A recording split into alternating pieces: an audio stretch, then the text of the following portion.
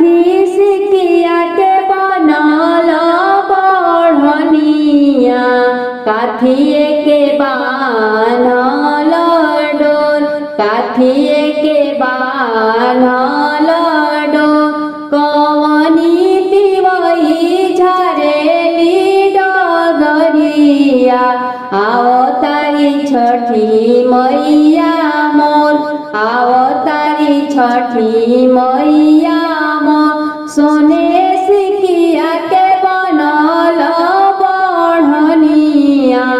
रेशम लागल डोर रेशम लागल डोर किरण तिवई झरेली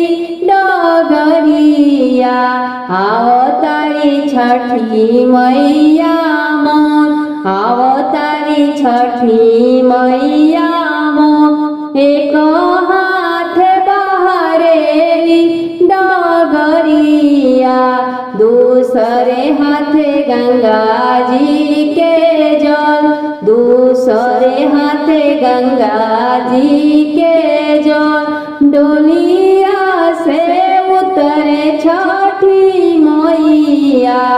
धोवे छठी मैया के चरण धोवे छठी मैया के चरण मंगिया से जुड़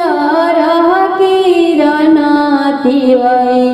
गोदिया खेले मदन गोपाल गोदिया खेले मदन गोपाल मंगिया से जुड़ रह किरण तिवई बनल रहे नैहर ससुराल अनधन से भरल रहे भंडार काठी सिकिया के बनल बढ़निया काठी के बान्हल डोर काठी के बान्हल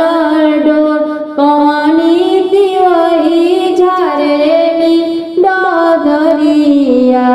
आवतारी छठी मैया मोर आवतारी छठी माई।